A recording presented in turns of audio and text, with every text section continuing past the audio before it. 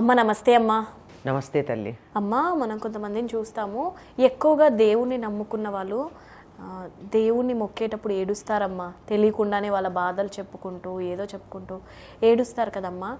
అలా ఏడవడం మంచిదేనా? ఏడవడం రెండు సందర్భాల్లో వస్తుందమ్మా. ఒకటి ఆనందం ఎక్కువైపోతే కూడా కళ్ళనీళ్ళు వస్తాయి, బాధ ఎక్కువైతే కూడా వస్తాయి. భావోద్వేగం ఏదైనా అధికమైతే కళ్ళనీళ్ళు వస్తాయి. కాకపోతే మనిషికి ఆనందాన్ని అంత తీవ్రంగా అనుభవించడం రాదు గనక బాధను అనుభవించినంత తీవ్రంగా ఆనందాన్ని అనుభవించరు. బాధ ఒక్కసారి పడితే 100 సార్లు గుర్తు చేసుకుంటాం, అప్పుడంత కష్టం వచ్చింది, అప్పుడంత కష్టం వచ్చిందని. అప్పుడంత సుఖం వచ్చిందని 100 సార్లు గుర్తు చేసుకోంగా, అంచేత తీవ్రత లేదనమాట. కనుక ఆనందం అధికమైన, బాధ అధికమైన కళ్ళ వెంట నీళ్ళు వస్తాయి, వెక్కిళ్ళు వస్తాయి, మనం ఏడుపు అంటామా అలాంటిది వస్తుంది. అయితే చాలామందికి ఈ దుఃఖాన్ని అనుభవించటమే అలవాటైపోయింది కనుక కష్టాలు వస్తే దేవుడి దగ్గర చెప్పుకొని ఏడుస్తారు. ఇది ఒక రకంగా చాలా మంచిది అనిపిస్తుంది. కారణం ఏమిటంటే, నాకు ఏదన్నా కష్టం వస్తే నీతో చెప్పుకొని ఏడిచాను అనుకో, నా కష్టం తీరిపోయాక కూడా నన్ను చూసి ఈవిడ ఏడిచింది 100 సార్లు అనుకుంటావు. నా ఏడుపు ముఖమే నీకు గుర్తుంటుంది, కానీ నేను తర్వాత సంతోషంగా ఉన్నటువంటిది గుర్తుండదు. ఆవిడప్పుడు ఎలా ఏడిచింది అనుకున్నావు అని చెప్పుకుంటావు. ఇదేమంత సమమైన పద్ధతి. కనుక దేవుడి దగ్గర ఏడవడం ఒక రకంగా ఆ దృష్టి. ఇంకొకటి, ఎవరితో అన్నా మానవులతోనే 100 సార్లు నా దుఃఖాన్ని గురించి చెప్పుకుంటే నేను చులకనైపోతా, కానీ వాళ్ళు నా బాధను తీర్చగలిగిన వాళ్ళ లేదు. చాలా కొద్దిమంది ఉంటారు. ఏదో కన్న తల్లి, తండ్రి, గురువు ఆ స్థానంలో ఉన్న ఎవరన్నా ఒక వ్యక్తి మాత్రమే మనకు కష్టం వస్తే మన కష్టం వెళ్ళి చెప్పుకుంటే దాన్ని అర్థం చేసుకుని తీర్చగలరు. అదే మిగిలినటువంటి వాళ్ళు ఏం చేస్తారు, మనం వెళ్ళి నాకు ఇలా కష్టం వచ్చిందంటే భలే ఎంజాయ్ చేస్తారు. భలేగా వచ్చింది, అప్పుడెప్పుడో వీడు ఇలా చేశాడు కనుక ఇప్పుడు ఇట్లా అయిందనుకుంటారు. లేదంటే ఏదో ఇన్నాళ్ళు వీళ్ళు కూడా ఆనందంగా ఉన్నారనుకున్నాను, నా అలాగే వీళ్ళు కూడా కష్టపడుతున్నారన్నమాట. అమ్మయ్య పర్వాలేదు, పైకి కనపడుతున్నంత ఆనందంగా లేరు కదా అని నేను సాడిస్టిక్ ప్రెషర్ పొందొచ్చు. ఇలాంటివి ఉంటాయే తప్ప తర్వాత జీవితాంతం వాళ్ళ గురించినటువంటి తక్కువ అభిప్రాయమే ఉంటుంది. ఇవేవీ లేకుండా ఉండాలంటే మనకి ఏదైనా బాధ కలిగితే ఎవరు మనం ఏడిచి బాధపడి చెప్పుకుంటే అది ఇతరులకు చెప్పరో వాళ్ళకి చెప్పాలి. అందుబాటులో తల్లి తండ్రి లేరు, ఎవరికి చెప్పాలి? ఈనాడు నిజంగా మనకి మార్గదర్శనం చేసి మన కష్టాలను వాడు భరించగలిగిన గురువులు ఎంతమందికి ఉన్నారు? చాలా తక్కువ అమ్మ.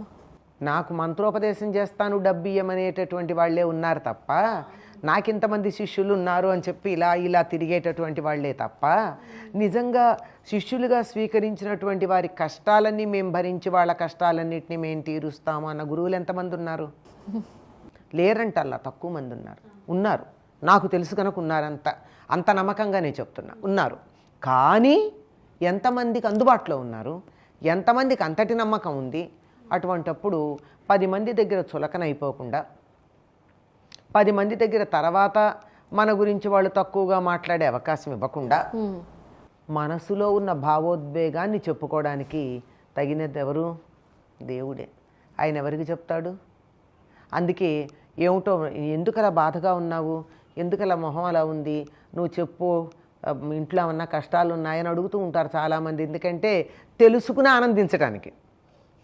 అట్లాంటప్పుడు తెలివిగల వాళ్ళు ఏమంటారు, నువ్వేమన్నా ఆర్చేదానివా తీర్చేదానివా అంటే, ఆర్చడం అంటే కొంచెం ఓదార్పు చెప్పడం, తీర్చడం అంటే సమస్య తీర్చేసి మనకి సహాయం చేయడం. ఈ రెండూ చెయ్యరు, కానీ ఏదో పక్కింట్లో సినిమా చూసినట్టుగా మన కష్టాలను చూసి వాళ్ళు ఆనందిస్తూ ఉంటారు. అందువల్ల అటువంటి పరిస్థితి లేకుండా, పోనీ అంటే మనిషి బాధ కలిగినప్పుడు ఎప్పుడో అప్పుడు బయటికి చెప్పుకోకపోతే బద్దలైపోతుంది మనసు, గుండె తట్టుకోలేదు. గుండెలో బాధని ఎంత నిలబెట్టుకోగలదమ్మా? ఒక బెలూన్లో గాలి ఎంత ఉంటుంది, కొంత స్థాయి, అంతకు మిగిలితే ఏమవుతుంది, పగిలిపోతుంది. కనుక ఎక్కువైనప్పుడు ఏం చేయాలి, కొద్దిగా గాలిని రిలీజ్ చేయాలి. మీరు టైర్లలో ఉన్న ట్యూబ్కి గాలి కొట్టడం గమనిస్తూ ఉంటారు కదా. ఒక స్థాయి వచ్చిన తర్వాత వెనక చక్రాలు ముందు చక్రాలు తేడా ఉంటాయి. దాన్ని బట్టి అందులో అధికంగా కనుక గాలి వస్తే వదిలేస్తారా లేదా? అలాగా మన గుండె పగిలిపోకుండా ఉండాలంటే మన మనసులో ఉన్న ఆవేదన ఎవరో ఒకళ్ళకి చెప్పుకోవాలి. ఎవరికి చెప్పుకుంటే మనకి సేఫ్ క్షేమం, భద్రం ఎవరికి చెప్పుకుంటే? దేవుడికి దేవుడికి.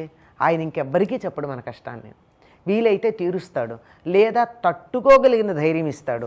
ముందర లోపల ఉన్నటువంటి ఆవేదన తగ్గి, బరువు తగ్గి అని తేలికవుతాం.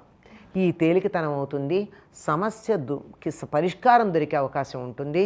ఇతరులకు మన విషయం తెలియదు కనుక దేవుడి దగ్గర ఏడిస్తే ఏమీ తప్పులేదమ్మా. అలా ఏడుస్తూ అన్న బాధని వ్యక్తీకరించి మన కోరిక వ్యక్తం చేసినప్పుడే దైవం అనుగ్రహించినట్టుగా మనం అనేకమైనటువంటి సందర్భాల్లో పురాణాల్లో ఇతిహాసాల్లో విన్నాం.